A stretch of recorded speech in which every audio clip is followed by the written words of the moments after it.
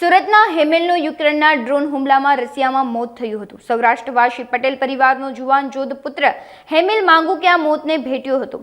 Russian આર્મીમાં security helper તરીકે હેમિલ કામ કરતો હતો। હેમિલના મૃતદેહને સુરત લાવવા માટે પિતા અને કાકા મૂંઝવણમાં હતા। બંને હેમિલનો મૃતદેહ લેવા રશિયા જવા માટે જાતે જ તૈયાર હતા। હેમિલનો મૃતદેહ પરત લાવવા પરિવારે તંત્રનો સંપર્ક કર્યો હતો, પરંતુ રશિયન સરકાર અને આર્મી તરફથી ઇન્ડિયન એમ્બેસીએ હેમિલના પરિવારનો સંપર્ક કર્યો હતો। ત્યારબાદ એમ્બેસીએ જણાવ્યું હતું કે મૃતદેહ સુરત હેમિલના પરિવાર સુધી પહોંચાડવામાં આવશે, જો કે હજુ કોઈ ફાઇનલ ડેટ આપવામાં આવી નથી।